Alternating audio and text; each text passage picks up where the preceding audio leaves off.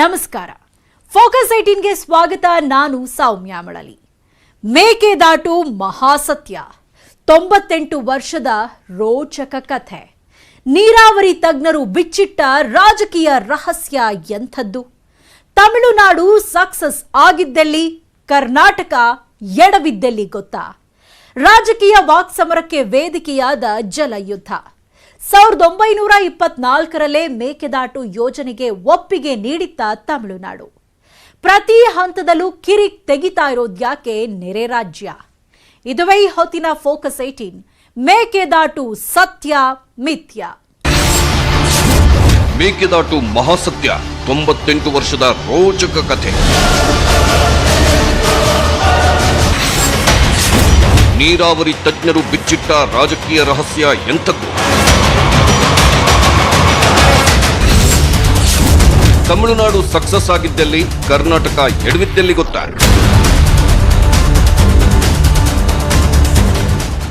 Corona tough rules, ಸರ್ಕಾರದ ವಿರೋಧ, ಸಾರ್ವಜನಿಕ ವಲಯದಲ್ಲಿನ ಟೀಕೆಗಳ ನಡುವೆಯೂ ಕಾಂಗ್ರೆಸ್ ತನ್ನ ಪಾದಯಾತ್ರೆ ನಡೆಸ್ತಾ ಬಂದಿದೆ. 11 ದಿನಗಳ ಪಾದಯಾತ್ರೆಯಲ್ಲಿ ಕೈ ನಾಯಕರು, ಕಾರ್ಯಕರ್ತರು 3 ದಿನಗಳ ಪಾದಯಾತ್ರೆಯನ್ನ ಮುಗಿಸಿದ್ದಾರೆ. ರಾಜಕೀಯ ವಲಯ ಮಾತ್ರವಲ್ಲ, ಸಾರ್ವಜನಿಕ ವಲಯದಲ್ಲೂ ಕಳೆದ ಹಲವು ದಿನಗಳಿಂದ ಮೇಕೆದಾಟು ಯೋಜನೆ ಭಾರಿ ಸದ್ದು ಮಾಡುತ್ತಿದೆ. ಕರ್ನಾಟಕ ಮೇಕೆದಾಟು ಯೋಜನೆಯಿಂದ ನಮ್ಮ ಜನಕ್ಕೆ ಅನುಕೂಲವಾಗುತ್ತೆ ಅಂತ ಸಮರ್ಥಿಸಿಕೊಂಡ್ರೆ, ಅತ್ತ ತಮಿಳುನಾಡು ಪ್ರಾರಂಭದಿಂದಲೂ ಈ ಯೋಜನೆಗೆ ಖ್ಯಾತೆ ತೆಗಿತಾನೆ ಬಂದಿದೆ. 100 ವರ್ಷದ ಹತ್ರಕ್ಕೆ ಬಂದರೂ ಈ ಯೋಜನೆ ಇನ್ನೂ ನೆನೆಗುದಿಗೆ ಬಿದ್ದಿದೆ. ಅದೇ ವಿಳಂಬ, ವಿವಾದ, ರಾಜ್ಯಗಳ ನಡುವಿನ ತಿಕ್ಕಾಟ, ಘರ್ಷಣೆ ಸುತ್ತ ಮೇಕೆದಾಟು ಯೋಜನೆ ಗಿರಿಕಿ ಹೊಡೆಯುತ್ತಿದೆ. ಅಷ್ಟಕ್ಕೂ ಮೇಕೆದಾಟು ಯೋಜನೆಗೆ ಇಷ್ಟೊಂದು ಸಂಕಷ್ಟ ಎದುರಾಗಿರೋದು ಯಾಕೆ? ಕರ್ನಾಟಕಕ್ಕೆ ಯಾಕೆ ಸವಾಲಾಗಿದೆ ಈ ಯೋಜನೆ? ನಮ್ಮ ಪಕ್ಕದ ರಾಜ್ಯ ತಮಿಳುನಾಡು ಸುಮ್ನೆ ಖ್ಯಾತೆ ತೆಗೀತಿದೆಯಾ? ಮೇಕೆದಾಟಿನ ಸಂಪೂರ್ಣ ಸತ್ಯ ಮಿಥ್ಯವನ್ನ ನಿಮ್ಮ ಮುಂದೆ ತೆರೆದಿಡ್ತೀವಿ. ಮೇಕೆದಾಟು ಮಹಾಸತ್ಯ ಇಂದು ನಿನ್ನೆದಲ್ಲ ವೀಕ್ಷಕರೇ. ಈ ಯೋಜನೆಗೆ 98 ವರ್ಷಗಳ ರೋಚಕ ಇತಿಹಾಸವಿದೆ. ಈ ಬಗ್ಗೆ ನೀರಾವರಿ ತಜ್ಞರು ನ್ಯೂಸ್ 18ನೊಂದಿಗೆ ರೋಚಕ ರಹಸ್ಯವನ್ನ ಬಿಚ್ಚಿಟ್ಟಿದ್ದಾರೆ. ನಾವು ಯಾವಾಗೆಲ್ಲ ಈ ಯೋಜನೆಯನ್ನ ಕೈಗೆತ್ತಿಕೊಳ್ತೀವೋ ಆಗೆಲ್ಲ ತಮಿಳುನಾಡು ಅಡ್ಡಗಾಲು ಹಾಕ್ತಾನೆ ಬಂದಿದೆ. ಮೇಕೆದಾಟು ಅಸ್ತ್ರವನ್ನು ನಮ್ಮ ರಾಜ್ಯದ ವಿರುದ್ಧವೇ ಪ್ರಯೋಗಿಸುತ್ತಿದೆ. ಕರ್ನಾಟಕ ಕೂಡ ಹಲವು ಕಡೆ ಎಡವಿದೆ. ರಾಜ್ಯ ತಪ್ಪಿದ್ದಲ್ಲಿ ಯಾವ ರೀತಿ ಕಾನೂನು ಹೋರಾಟ ಮಾಡಬೇಕು, ರಾಜಕೀಯವಾಗಿ ಯಾವ ರೀತಿ ಜಾಣತನ ತೋರಿಸಬೇಕಿತ್ತು ಅನ್ನೋದ್ರ ಬಗ್ಗೆನೂ ತಿಳಿದುಕೊಳ್ಳೋಣ. ಆದರೆ ಅದಕ್ಕೂ ಮುಂಚೆ ಒಮ್ಮೆ 3ನೇ ದಿನದ ಪಾದಯಾತ್ರೆಯ ಹೈಲೈಟ್ಸ್ ಅನ್ನ ನೋಡೋಣ.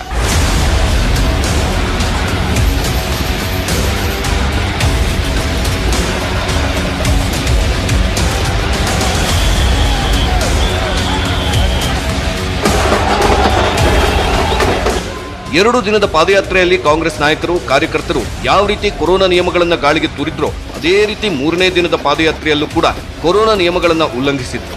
ಕನಕಪುರ ಟೌನ್ನಿಂದ 3ನೇ ದಿನದ ಯಾತ್ರೆ ಪ್ರಾರಂಭವಾಯಿತು. ಅನಾರೋಗ್ಯದ ಕಾರಣ 2 ದಿನದ ಪಾದಯಾತ್ರೆಯಲ್ಲಿ ಸಿದ್ದರಾಮಯ್ಯ ಭಾಗಿಯಾಗಿರಲಿಲ್ಲ. ಸ್ವಲ್ಪ ಚೇತರಿಸಿಕೊಂಡ ಸಿದ್ದು 3ನೇ ದಿನದ ಕಾಲ್ನಡಿಗೆಯಲ್ಲಿ ಡಿಕೆಶಿಗೆ ಸಾಥ್ ಕೊಟ್ಟರು. ಕನಕಪುರ ಟೌನ್ನಿಂದ ವಾಹನಗಳಲ್ಲಿ ಬಂದ ನಾಯಕರು ನಂತರ ಕಾಲ್ನಡಿಗೆ ಮುಂದುವರೆಸಿದ್ರು. ಪಾದಯಾತ್ರೆಗೂ ಮುನ್ನ ಕನಕಪುರದಲ್ಲಿ ಸಿದ್ದರಾಮಯ್ಯ ಹಾಗೂ ಡಿಕೆ ಶಿವಕುಮಾರ್ ಜಂಟಿಯಾಗಿ ಸುದ್ದಿಗೋಷ್ಠಿ ನಡೆಸಿದ್ರು. ಈ ವೇಳೆ ಗೋವಿಂದ ಕಾರಜೋಳ ವಿರುದ್ಧ ಕಿಡಿಕಾರಿದ ಸಿದ್ದು, ಮೇಕೆದಾಟು ಯೋಜನೆ ಆರಂಭಿಸಿದ್ದೇ ಕಾಂಗ್ರೆಸ್ ಅಂತ ಹರಿಹಾಯ್ತು. ಕಾಂಗ್ರೆಸ್ ಸರ್ಕಾರ ವಿಳಂಬ ಮಾಡಿತು ಅಂತೇಳಿ ಅನಗತ್ಯವಾಗಿ ಜನರ ಗಮನವನ್ನು ಬೇರೆ ಕಡೆ ಸೆಳೆಯಲಿಕ್ಕೋಸ್ಕರವಾಗಿ ಪ್ರಯತ್ನವನ್ನ ಮಾಡ್ತಾ ಇದ್ದಾರೆ. ಮತ್ತೆ ಅವ್ರ ತಪ್ಪನ್ನ ಮುಚ್ಚಿಕೊಳ್ಳಲಿಕ್ಕೆ ಕೂಡ ಪ್ರಯತ್ನವನ್ನ ಮಾಡ್ತಾ ಇದ್ದಾರೆ. ಪ್ರಾರಂಭ ಮಾಡೋದು ನಾವು. ಅದೇ ಬಿಜೆಪಿ ಅವರು 5 ವರ್ಷ ಇದ್ರಲ್ಲ ಅಧಿಕಾರದಲ್ಲಿ, 2008ರಿಂದ 13ರವರೆಗೆ, ಹಾಗೆ ಪ್ರಾರಂಭ ಮಾಡಲಿಲ್ಲ ಇವರು. ಇನ್ನೊಂದು ಕಡೆ ಸಂಸದ ಡಿಕೆ ಸುರೇಶ್ ಮತ್ತು ಅಶ್ವಥ್ ನಾರಾಯಣ್ ನಡುವೆ ಟಾಕ್ ವಾರ್ ಮುಂದುವರೆದಿದೆ.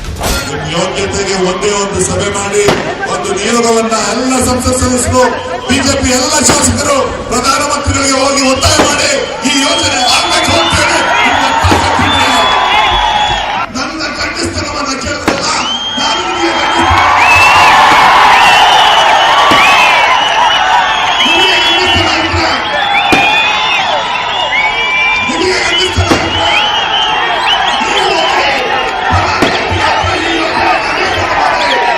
ಗಂಡಸ್ತನ ಯಾವತ್ತೂ ಹೇಳ್ತೀನಿ, ಗಂಡಸ್ತನ ನಾವು ಕೆಲಸದಲ್ಲಿ ತೋರಿಸ್ತೀವಿ, ನಾವು ಮಾಡ್ತೀವಿ. ಜನರ ಪರವಾಗಿರೋರು ಅವ್ರ ಗಂಡಸ್ತನ ಇದ್ರೆ ಅವ್ರ ಅವಧಿನಲ್ಲಿ ತೋರಿಸ್ಬೇಕಿತ್ತು, ಕೆಲಸ ಮಾಡಬೇಕಿತ್ತು. ಕೆಲಸ ಮಾಡದನ್ನೇ ಗಂಡಸ್ತನ ಮಾತಾಡ್ತಾರಲ್ಲ, ಅವ್ರ ಯಾವ ಗಂಡಸರು? ಜನಪರವಾಗಿ ಯಾವತ್ತೂ ಕೆಲಸ ಮಾಡಿಲ್ಲ ಇವರು. ಜನರಿಗೋಸ್ಕರ ಇರೋರಲ್ಲ, ಜನ ವಿರೋಧಿಗಳು. ಮೇಕೆದಾಟು ಯೋಜನೆ ಬಗ್ಗೆ ನೀರಾವರಿ ತಜ್ಞರು ಬಿಚ್ಚಿಟ್ಟ ರಹಸ್ಯವೇನು? ಮೇಕೆದಾಟು ಯೋಜನೆ ಅಂತಾರಾಜ್ಯ ಯುದ್ಧವಾಗ್ಬಿಟ್ಟಿದೆ. ವೀಕ್ಷಕರೇ, ಈ ಯೋಜನೆ ಇಂದು ನಿನ್ನೆಯದಲ್ಲ. ಬ್ರಿಟಿಷರ ಕಾಲದಿಂದಲೇ ಈ ಯೋಜನೆ ಪ್ರಾರಂಭವಾಗಿತ್ತು. 98 ವರ್ಷಗಳ ಇತಿಹಾಸವಿದೆ ಈ ಯೋಜನೆಗೆ. ಏನಪ್ಪಾ ಈ ಯೋಜನೆ? ಯಾಕೆ ಈ ಮಟ್ಟಕ್ಕೆ ಮೇಕೆದಾಟಿಗಾಗಿ ಕಾದಾಟ ನಡೆಯುತ್ತಿದೆ? ಇಷ್ಟು ವರ್ಷ ಆದರೂ ಕಾವೇರಿ ನದಿಗೆ ಅಡ್ಡಲಾಗಿ ಮೇಕೆದಾಟಿನಲ್ಲಿ ಯಾಕೆ ಡ್ಯಾಂ ಕಟ್ಟೋದಕ್ಕಾಗ್ತಿಲ್ಲ? ಯಾಕೆ ಇದಕ್ಕೆ ಬ್ರೇಕ್ ಬಿದ್ದಿದೆ ಅನ್ನೋ ಹಲವಾರು ಅನುಮಾನಗಳು, ಪ್ರಶ್ನೆಗಳು ನಿಮ್ಮನ್ನ ಕಾಡ್ತಾ ಇರಬಹುದಲ್ವಾ? ನಿಮ್ಮ ಈ ಎಲ್ಲ ಪ್ರಶ್ನೆಗಳಿಗೂ ಉತ್ತರ ಕೊಡೋ ಪ್ರಯತ್ನವನ್ನ ನಾವು ಮಾಡ್ತೀವಿ. ನೀರಾವರಿ ತಜ್ಞರಾದ ಕ್ಯಾಪ್ಟನ್ ಎಸ್ ರಾಜಾರಾವ್ ಈ ಮೇಕೆದಾಟು ಯೋಜನೆಯ ಸತ್ಯಾಸತ್ಯತೆಗಳನ್ನ, ಇತಿಹಾಸದ ಬಗ್ಗೆ ನ್ಯೂಸ್ 18ಗೆ ವಿಸ್ತೃತವಾಗಿ ಮಾಹಿತಿ ನೀಡಿದ್ದಾರೆ. ಮೇಕೆದಾಟು ಯೋಜನೆ ಬಗ್ಗೆ ಸಿಂಪಲ್ ಆಗಿ ಹೇಳಬೇಕಂದ್ರೆ, ಇದು ಬೆಂಗಳೂರು ಸೇರಿದಂತೆ ಸುತ್ತಮುತ್ತಲಿನ ಜಿಲ್ಲೆಗಳಿಗೆ ಕುಡಿಯುವ ನೀರಿಗಾಗಿ ಹಾಗೂ ಜಲವಿದ್ಯುತ್ ಯೋಜನೆಯಾಗಿದೆ. ಕನಕಪುರದಿಂದ ಮೇಕೆದಾಟು 37 ಕಿಲೋಮೀಟರ್ ದೂರದಲ್ಲಿದೆ. ಸಂಗಮದಿಂದ 9 ಕಿಲೋಮೀಟರ್ ದೂರದಲ್ಲಿದೆ. ಒಂಟಿಗುಂಡ ಬಳಿಯಲ್ಲಿ ಜಲಾಶಯ ನಿರ್ಮಾಣ ಮಾಡುವ ಯೋಜನೆ ಇದೆ. ಈ ಯೋಜನೆ ಆದ್ರೆ 67.16 ಟಿಎಂಸಿ ನೀರು ಸಂಗ್ರಹ ಮಾಡಬಹುದು. ಅದರಲ್ಲಿ 4.75 ಟಿಎಂಸಿ ಕುಡಿಯುವ ನೀರು ಬೆಂಗಳೂರಿಗೆ ಬಳಕೆ ಆಗುತ್ತೆ. ಮೇಕೆದಾಟು ಯೋಜನೆ ಒಂದು ಜಲವಿದ್ಯುತ್ ಯೋಜನೆ ಆಗಿದೆ ಮತ್ತು ಸುಪ್ರೀಂ ಕೋರ್ಟ್ ಆದೇಶ ಕೊಟ್ಟ ತರುವಾಯ ಬೆಂಗಳೂರು ಕುಡಿಯೋ ನೀರಿಗೆ ಮತ್ತು ನೀರಾವರಿಗೆ ಅಂತ ಹೆಚ್ಚುವರಿ ನೀರು 14.5 ಟಿಎಂಸಿ ಕೊಟ್ಟಿದ್ದಾರೆ. ಈ ಕುಡಿಯೋ ನೀರು ಕೊಟ್ಟಿರೋದು 4.75 ಟಿಎಂಸಿ. ಅದು ನಮ್ಮ ಅಕೌಂಟಿಗೆ ಬರ್ತಕ್ಕಂಥ ನೀರು, ಅಂದರೆ it is called consumable water. ಅಷ್ಟು ನೀರು ನಾವು ತಗೊಳ್ಬೇಕಾದ್ರೆ ನದಿ ಪ್ರಾಂತ್ಯದಿಂದ ಕನಿಷ್ಠ 23ರಿಂದ 24 ಟಿಎಂಸಿ ನಾನು ತಗೊಳ್ಬೇಕು. ಹೆಚ್ಚುವರಿ ನೀರನ್ನ ಹಿಡಿದಿಟ್ಟುಕೊಳ್ಳುವುದಕ್ಕಾಗಿ ಮೇಕೆದಾಟಿನಲ್ಲಿ ಡ್ಯಾಂ ಕಟ್ಟಲಾಗುತ್ತೆ.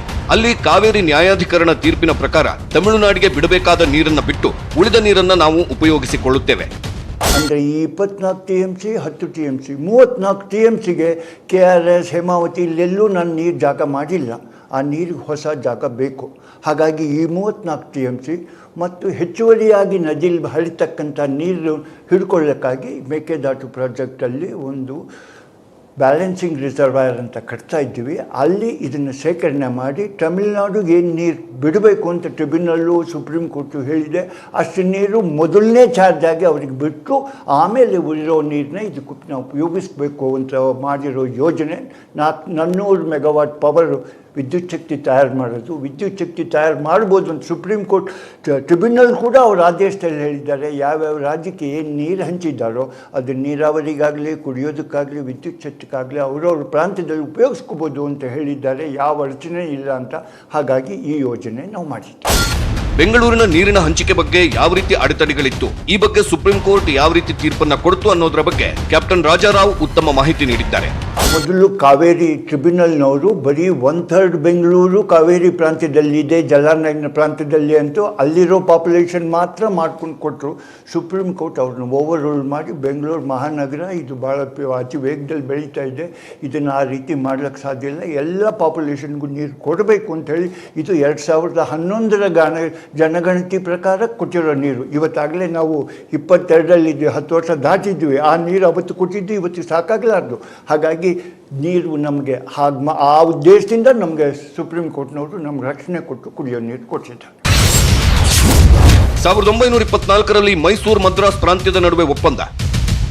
ವೀಕ್ಷಕರೇ, ನಾವು ಆಗಲೇ ಹೇಳಿದಂತೆ ಮೇಕೆದಾಟು ಯೋಜನೆ ಇಂದು ನಿನ್ನೆಯದಲ್ಲ. 98 ವರ್ಷಗಳ ಇತಿಹಾಸವಿದೆ.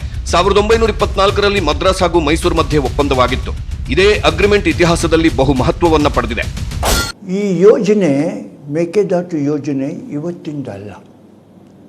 ಅಂದಿನ ಪ್ರಿನ್ಸ್ಲಿ ಸ್ಟೇಟ್ ಆಫ್ ಮೈಸೂರು ಏನಿತ್ತು, ಭಾಳ ಹಿಂದೆನೇ ಅದು ಮೇಕೆದಾಟು ಯೋಜನೆ ಮಾಡಬೇಕು ಅಂತ ಒಂದು ಪ್ರಸ್ತಾಪ ಮಾಡಿದ್ರು. ಆ 24 ಪೂರ್ವದಲ್ಲೇ ಮಾಡಿದ್ದು.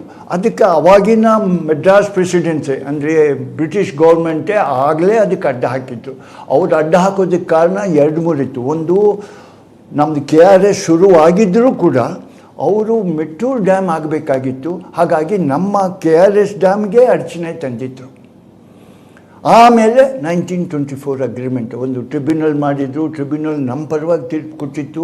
ಆ ತೀರ್ಪಿನ ಮೇಲೆ ಸೆಕ್ರೆಟ್ರಿಗೆ ಒಂದು ಅಪೀಲ್ ಹಾಕಿ ಸೆಕ್ರೆಟ್ರಿ ಅವ್ರು ಬ್ರಿಟಿಷ್ ಗೌರ್ಮೆಂಟ್ನವರು ಸೆಕ್ರೆಟ್ರಿ ಕೇಳಿ ಅವ್ರಿಗೇನು ಬೇಕೋ ಅದು ಮಾಡಿಸ್ಕೊಂಡ್ರು. ಅದು ನಮಗೆ ವಿರುದ್ಧ ಆಯಿತು. 1924 ಅಗ್ರಿಮೆಂಟು ಆ ಒಂದು ಶಾಪ ನಮಗೆ ಬಂದಿರೋದು.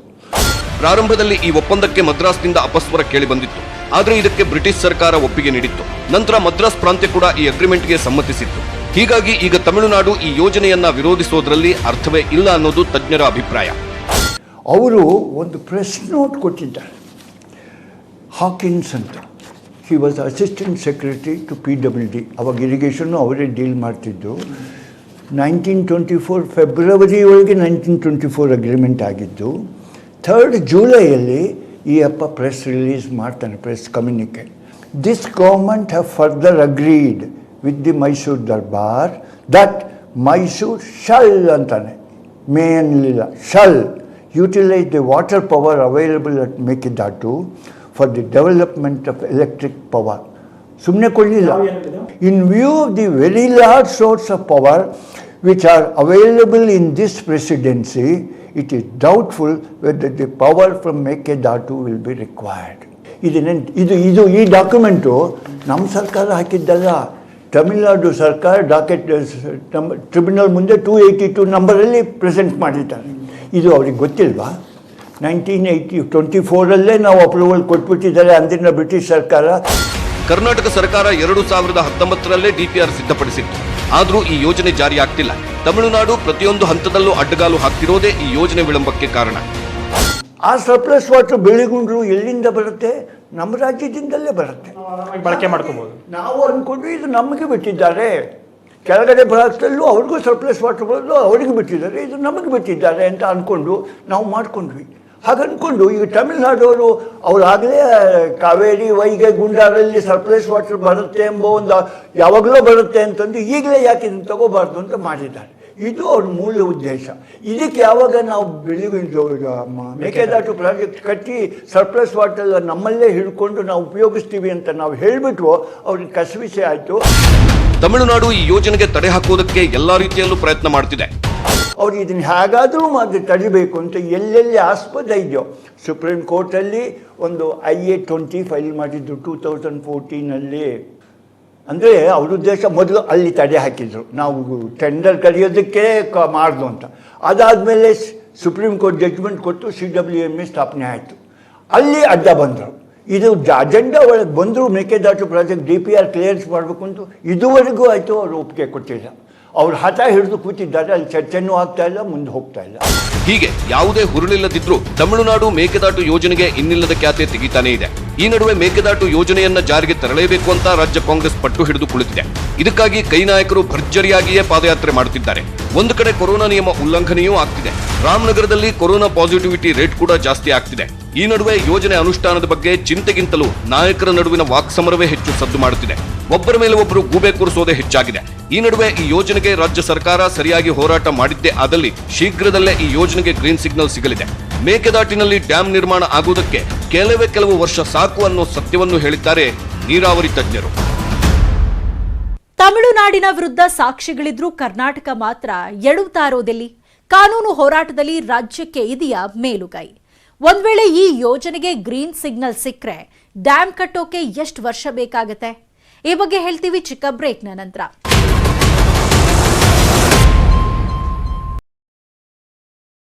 ಮೇಕೆದಾಟು ಯೋಜನೆಗೆ ಇರೋ ಅಡ್ಡಿ ಆತಂಕಗಳೇನು? ಕಾನೂನು ಹೋರಾಟದ ಮೂಲಕ ಹೋದ್ರೆ ರಾಜ್ಯಕ್ಕೆ ಜಯ ಸಿಕ್ಕೇ ಸಿಗತ್ತಾ? ಒಂದ್ ವೇಳೆ ಈ ಯೋಜನೆಗೆ ಗ್ರೀನ್ ಸಿಗ್ನಲ್ ಸಿಕ್ಕರೆ ಎಷ್ಟು ವರ್ಷದಲ್ಲಿ ಡ್ಯಾಂ ನಿರ್ಮಾಣವಾಗುತ್ತೆ? ಈ ಬಗ್ಗೆ ಸಂಪೂರ್ಣ ಮಾಹಿತಿ ಇಲ್ಲಿದೆ ನೋಡಿ. ತಮಿಳುನಾಡು ಕೇವಲ ತನ್ನ ಪಾಲಿನ ನೀರಿನ ಮೇಲೆ ಮಾತ್ರ ಕಣ್ಣು ಹಾಕಿಲ್ಲ, ಪಕ್ಕದ ಕೇರಳದ ನೀರಿನ ಪಾಲಿನ ಮೇಲೂ ತನ್ನ ಕೆಂಗಣ್ಣು ಬೀರಿದೆ. ಕೇರಳಕ್ಕೆ 30 TMC ನೀರು ಏನು ಹಂಚಿದ್ದೀರಿ, ಅವರು ಬಳಸಿಕೊಳ್ಳದೇ ಇರೋ ನೀರನ್ನು ನಮಗೆ ಕೊಡಿ ಅಂತ ಖ್ಯಾತೆ ತೆಗೆದಿದೆ. ಅವ್ರು ಇನ್ನೊಂದು ಹೇಳಿದ್ದಾರೆ, ಈ 177.25 ಏನಿದೆ ಇದಲ್ಲದೆ ಕೇರಳದವ್ರಿಗೆ ಏನು 30 TMC ಹಂಚಿದ್ದಾರೆ ಟ್ರಿಬ್ಯುನಲ್ಲು, ಅದರಲ್ಲಿ ಅವ್ರು ಇನ್ನೂ ಪೂರ್ತಿ ಉಪಯೋಗಿಸಿಲ್ಲ. ಇನ್ನು ಅವ್ರಿಗೆ ಕಾವೇರಿ ಕಬಿನಿ ರಿವರಿಂದ ಸುಮಾರು ಒಂದು 18ರಿಂದ 19 TMC ಅವ್ರಿಗೆ ಹೋಗಬೇಕು. ಅದರಲ್ಲಿ ಈಗ ಸದ್ಯಕ್ಕೆ 3-4 TMCನೇ ಅವ್ರು ಉಪಯೋಗಿಸಿರೋದು. ಅವ್ರು ಉಪಯೋಗಿಸೋವರೆಗೂ ಅವ್ರು ಉಪಯೋಗಿಸದೇ ಇರ್ತಕ್ಕಂಥ ಅವ್ರ ಪಾಲಿನ ಕಬಿನಿ ಒಳಗೆ ಬರೋ ನೀರು ನಾವು ಇಲ್ಲೇ ಬಿಡಬೇಕು, ಬೆಳಿಗುಂಡಲಲ್ಲೇ ಬಿಡಬೇಕು. ಅದು ಈ 127.25 ಸೇರಿಲ್ಲ, ಅದು ಎಕ್ಸ್ಟ್ರಾ ಆಗುತ್ತೆ. ಮೇಕೆದಾಟು ಯೋಜನೆಯಿಂದ ರಾಜ್ಯದ ಜನರಿಗೆ ನೀರೇನೋ ದೊರೆಯುತ್ತೆ, ಆದರೆ ಇಲ್ಲಿ ಡ್ಯಾಂ ನಿರ್ಮಾಣ ಮಾಡುವುದು ಅಷ್ಟೊಂದು ಸುಲಭದ ಮಾತು ಅಲ್ಲ. ಯಾಕಂದ್ರೆ ಸುತ್ತಮುತ್ತಲಿನ ಅರಣ್ಯ ಪ್ರದೇಶಗಳಿಗೆ ಇದರಿಂದ ಹಾನಿಯಾಗಲಿದೆ ಅನ್ನೋದು ಪರಿಸರ ತಜ್ಞರ ವಾದ. ಇದಕ್ಕೆ ಸಂಬಂಧಿಸಿದಂತೆ ಎಲ್ಲ ಪ್ರೊಸೀಜರ್ಗಳನ್ನ ಫಾಲೋ ಮಾಡಿಯೇ ಡ್ಯಾಂ ನಿರ್ಮಾಣ ಮಾಡಲಾಗುತ್ತೆ ಅಂತ ನೀರಾವರಿ ತಜ್ಞರು ಹೇಳಿದ್ದಾರೆ. ಇಲ್ಲಿ ಯಾವುದೇ ಒಂದು ಪ್ರಾಜೆಕ್ಟ್ ಬಂದರೆ ಪರಿಸರದ ಮೇಲೆ ಒಂದು ಪ್ರಭಾವ ಬೀರೇ ಬೀರುತ್ತೆ. ಹಾಗಾಗಿ ಇಂಥ ಹೈಡಲ್ ಪ್ರಾಜೆಕ್ಟು ಕಟ್ಟಿಸಿದಾಗ ಪ್ರವಾಹ ಇದ್ದೇ ಇರ್ತದೆ. ಅದಕ್ಕಾಗಿ ಈಗ ಇನ್ನು MOF ಮುಂದೆ ನಾವು EAC ಮುಂದೆ ಹೋಗಿ ಟರ್ಮ್ಸ್ ಆಫ್ ರೆಫರೆನ್ಸ್ ಕೊಡಿ ಅಂತ ಕೇಳ್ತಾ ಇರೋದು. ಅವರು ಆ ಟರ್ಮ್ಸ್ ಆಫ್ ರೆಫರೆನ್ಸಲ್ಲಿ ಇವನ್ನೆಲ್ಲ ಸೇರಿಸ್ತಾರೆ. ವೈಲ್ಡ್ ಲೈಫ್ ಮೇಲೆ ಏನೇನು ತೊಂದರೆ ಆಗುತ್ತೆ, ಯಾವುದು ಎಂಡೇಂಜರ್ಡ್ ಸ್ಪೀಸೀಸ್ ಇದ್ದಾವೆ ಅದಕ್ಕೇನು ತೊಂದರೆ ಆಗುತ್ತೆ, ಯಾವ ಗಿಡ ಮರಗಳು ಫ್ಲೋರಾ ಫಾನಾ ಏನೇನು ಅಫೆಕ್ಟ್ ಆಗುತ್ತೆ ಅವೆಲ್ಲವನ್ನೂ ಗಮನದಲ್ಲಿಟ್ಕೊಂಡು ಅದಕ್ಕೆ ಹಾನಿ ಒಂದು ವೇಳೆ ಆದರೆ ಅದನ್ನು ಹೆಂಗೆ ರಕ್ಷಣೆ ಮಾಡಬೇಕು, ಏನು ಪ್ಲ್ಯಾನ್ ನಿಮ್ಮದು, ಅದನ್ನು ಮತ್ತೆ ಉತ್ಪತ್ತಿ ಮಾಡೋದಕ್ಕೆ ಏನೇನು ಮಾಡಬೇಕು ಎಲ್ಲವನ್ನೂ ಸೇರಿಸ್ಕೊಂಡು ನಾವು EIA EMP ಮಾಡ್ತೀವಿ. Forest clearance ತಗೊಳ್ಬೇಕಾಗುತ್ತೆ. ಗ್ರೀನ್ ಸಿಗ್ನಲ್ ಸಿಕ್ಕರೆ 3 ರಿಂದ 4 ವರ್ಷದಲ್ಲಿ ಯೋಜನೆ ಜಾರಿಯಾಗುತ್ತಾ? ಈ ಎಲ್ಲ ಪ್ರಶ್ನೆಗಳ ನಡುವೆ ಒಂದು ಕುತೂಹಲ ಕೂಡ ಇದೆ. ಇಷ್ಟೆಲ್ಲ ತಿಕ್ಕಾಟ ಘರ್ಷಣೆ ಇರುವಂತಹ ಮೇಕೆದಾಟು ಯೋಜನೆಗೆ ಒಂದು ವೇಳೆ ಗ್ರೀನ್ ಸಿಗ್ನಲ್ ಸಿಕ್ಕರೆ ಎಷ್ಟು ವರ್ಷ ಹಿಡಿಯಬಹುದು ಅನ್ನೋದು. ಈ ರೀತಿ ವಿವಾದದ ಕೇಂದ್ರ ಬಿಂದುವಾಗಿರುವ ಡ್ಯಾಮ್ ಅನ್ನು ಕಟ್ಟೋದಕ್ಕೆ ಬಹಳ ವರ್ಷಗಳೇ ಬೇಕಾಗುತ್ತೆ ಅಂತ ನೀವು ಅಂದುಕೊಳ್ಳೋದ್ರಲ್ಲಿ ತಪ್ಪೇನಿಲ್ಲ. ಆದ್ರೆ ಇದಕ್ಕೆ ಕ್ಯಾಪ್ಟನ್ ರಾಜಾರಾವ್ ಅವರು ಹೇಳೋದು ಯೋಜನೆಗೆ ಗ್ರೀನ್ ಸಿಗ್ನಲ್ ಸಿಕ್ಕ ಮೇಲೆ ಕೇವಲ 3 ರಿಂದ 4 ವರ್ಷ ಸಾಕಾಗುತ್ತೆ ಅಂತ. It has A major component of hydro electric power. Underground ತೊಗೊಂಡೋಗಿ ಕೆಲಸ ಮಾಡಬೇಕಾಗುತ್ತೆ. ಅದರೊಳಗೂ ಅಲ್ಲಿ ಬರೀ ಕಲ್ಲು, ಆ ಪ್ರದೇಶದಲ್ಲಿ ಸ್ವಲ್ಪ ಟೈಮ್ ಬೇಕಾಗುತ್ತೆ. ಬಟ್ ಸರ್ಕಾರ ಏನು ಮಾಡಬೇಕು, ಇದು ಎಲ್ಲ ಆರ್ಥಿಕ ಸಂಪನ್ಮೂಲಗಳನ್ನು ಕ್ರೋಢೀಕರಿಸಿ ಆದಷ್ಟು ಬೇಗ ಮಾಡಬೇಕು. 3 ರಿಂದ 4 ವರ್ಷದಲ್ಲಿ ಈ ಪ್ರಾಜೆಕ್ಟ್ನ ಕಂಪ್ಲೀಟ್ ಮಾಡುವ ಸಾಧ್ಯತೆ ಇದೆ. ಇಂಜಿನಿಯರ್ಗೆ ಸಾಮರ್ಥ್ಯ ಇದೆ, ಅಂಥ ಮೆಷಿನರಿ ಇದೆ. ನಾವು ವಾಲ್ ಫುಟಿಂಗಲ್ಲಿ ಇದನ್ನು ಮಾಡಿದರೆ 4 ವರ್ಷ ಅಂಬೋದ್ರೊಳಗೆ ನಾವು ಧಾರಾಳವಾಗಿ ಮುಗಿಸ್ಬೋದು. ಅದಕ್ಕೆ ಸರ್ಕಾರ ಪ್ರಯತ್ನ ಪಡಬೇಕು. ಸರ್ಕಾರ ಕೈಕಟ್ಟಿ ಕುಳಿತುಕೊಳ್ಳದೆ ಮುಂದಿನ ಕ್ರಮಗಳನ್ನು ತ್ವರಿತವಾಗಿ ಕೈಗೊಳ್ಳಬೇಕು. ನಮ್ಮ ಪರವಾಗಿರುವ ನಿರ್ಧಾರಗಳನ್ನ, ವರದಿಗಳನ್ನ ಕೇಂದ್ರ ಸರ್ಕಾರದ ಮುಂದೆ, ನ್ಯಾಯಾಲಯದ ಮುಂದೆ ಪ್ರಸ್ತುತಪಡಿಸಬೇಕು. ಒಂದು ವೇಳೆ ಈ ಹಿಂದೆಯೇ ನಾವು ಸರಿಯಾಗಿ ವಾದ ಮಂಡಿಸಿದ್ರೆ 2018 ಫೆಬ್ರವರಿಯಲ್ಲೇ ನಮ್ಮ ಪರವಾಗಿ ತೀರ್ಪು ಬರ್ತಿತ್ತು ಅನ್ನೋದು ತಜ್ಞರ ಅಭಿಪ್ರಾಯ. Tamil Nadu attitude towards Mekedatu project ಹೇಗಿರುತ್ತೆ ಎಂಬುದನ್ನು 2014 ಅವರು IA-20 ಫೈಲ್ ಮಾಡೇ ಅವ್ರು ತಿಳಿಸ್ಬಿಟ್ಟಿದ್ದಾರೆ. ಅದು ನಮ್ಮ ಅಡ್ವೊಕೇಟ್ಗಳಿಗೆ, ನಮ್ಮ ಸರ್ಕಾರಕ್ಕೆ, ಅಂದಿನ ಸರ್ಕಾರಗಳು ಕೂಡ ಗೊತ್ತಾಗಿದೆ ಅವರು ಮುಂದೆ ನಮಗೆ ಅಡ್ಡ ಬರ್ತಾರೆ ಅಂತ. ಹಾಗಿದ್ದಾಗ should it not be our advocates role to apprise the Supreme Court, Swami, there is IA-20. They have objected. Please take it up, give a decision so that we have proposed Mekedatu project in terms of tribunal award, class 13. 4 ಮಾಡ್ಬೋದು, ಅವರು ಮಾಡ್ಬೋದು, ನಾವು ಮಾಡ್ಬೋದು. ನಾವು ಅದರ ಪ್ರಕಾರ ನಾವು ಮಾಡಿದ್ದೀವಿ. ಇದು ಮೇಕೆದಾಟಿನ ಸುತ್ತಮುತ್ತಲಿನ ಸತ್ಯಾಸತ್ಯತೆಗಳು. ಇದೆಲ್ಲ ಒಂದೆಡೆ ಆದ್ರೆ ಮತ್ತೊಂದು ಕಡೆ ಮೇಕೆದಾಟು ಬಳಿ ಅಣೆಕಟ್ಟು ಕಟ್ಟುವ ವಿಚಾರದ ಅರ್ಜಿ ವಿಚಾರಣೆ ಮಂಗಳವಾರಕ್ಕೆ ನಿಗದಿಯಾಗಿತ್ತು. ಸುಪ್ರೀಂ ಕೋರ್ಟ್ ಈ ವಿಚಾರಣೆಯನ್ನ ಜನವರಿ 25ಕ್ಕೆ ಮುಂದೂಡಿದೆ.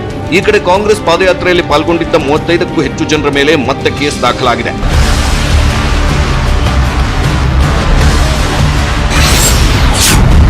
ಪಾದಯಾತ್ರೆಗೆ ಬ್ರೇಕ್ ಹಾಕಲು ಮುಂದಾಯ್ತಾ ಸರ್ಕಾರ? ಕೈ ನಾಯಕರ ಕಾಲ್ನಡಿಗೆ ಏನಾದರೂ ಸಿಲಿಕಾನ್ ಸಿಟಿಗೆ ತಲುಪಿತು ಅಂದ್ರೆ ಕೊರೋನಾ ಸೋಂಕು ಮತ್ತಷ್ಟು ಉಲ್ಬಣಿಸುವ ಸಾಧ್ಯತೆ ಇದೆ. ಹೀಗಾಗಿ ಬಿಡದಿಯಲ್ಲೇ ಪಾದಯಾತ್ರೆಗೆ ಬ್ರೇಕ್ ಹಾಕುವುದಕ್ಕೆ ಸರ್ಕಾರ ಚಿಂತಿಸುತ್ತಿದೆ ಅನ್ನೋ ಮಾತುಗಳು ಕೇಳಿ ಬರ್ತಿವೆ. ಸಿಎಂ ಬೊಮ್ಮಾಯಿ ನಡೆಸಿದ ವರ್ಚುವಲ್ ಸಭೆಯಲ್ಲಿ ಕಾಂಗ್ರೆಸ್ ಪಾದಯಾತ್ರೆಗೆ ಬೆಂಗಳೂರಿನ ಪ್ರವೇಶಕ್ಕೆ ಅವಕಾಶ ಕೊಡಬೇಡಿ, ಬೆಂಗಳೂರಿನಲ್ಲಿ ಪಾದಯಾತ್ರೆ ನಡೆದ್ರೆ ಕೋವಿಡ್ ಸೋಂಕು ಸೂಪರ್ ಸ್ಪ್ರೆಡ್ ರೀತಿಯಲ್ಲಿ ಹಬ್ಬುತ್ತೆ, ಇದನ್ನ ತಡೆಹಿಡಿಯಲೇಬೇಕು ಅಂತ ಸಚಿವರಾದ ಆರಗ ಜ್ಞಾನೇಂದ್ರ, ಡಾಕ್ಟರ್ ಸುಧಾಕರ್ ಹಾಗೂ ತಾಂತ್ರಿಕ ಸಲಹಾ ಸಮಿತಿಯ ತಜ್ಞರು ಒತ್ತಾಯಿಸಿದ್ದಾರೆ ಎನ್ನಲಾಗ್ತಿದೆ. ಈ ಬಗ್ಗೆ ಸಿಎಂ ಕೂಡ ಗಂಭೀರವಾಗಿ ಚಿಂತಿಸುತ್ತಿದ್ದಾರೆ. ನೋಡಿದ್ರಲ್ಲ ವೀಕ್ಷಕರೇ, ಮೇಕೆದಾಟಿನ ಸತ್ಯ ಮತ್ತು ಮಿಥ್ಯವನ್ನ. ಇದಾಗಿತ್ತು ಈ ಹೊತ್ತಿನ ಫೋಕಸ್ 18. ನೋಡ್ತಾ ಇರಿ ನ್ಯೂಸ್ 18 ಕನ್ನಡ. ಜಾಲ ನಮ್ಮದು, ಬಲ ನಿಮ್ಮದು.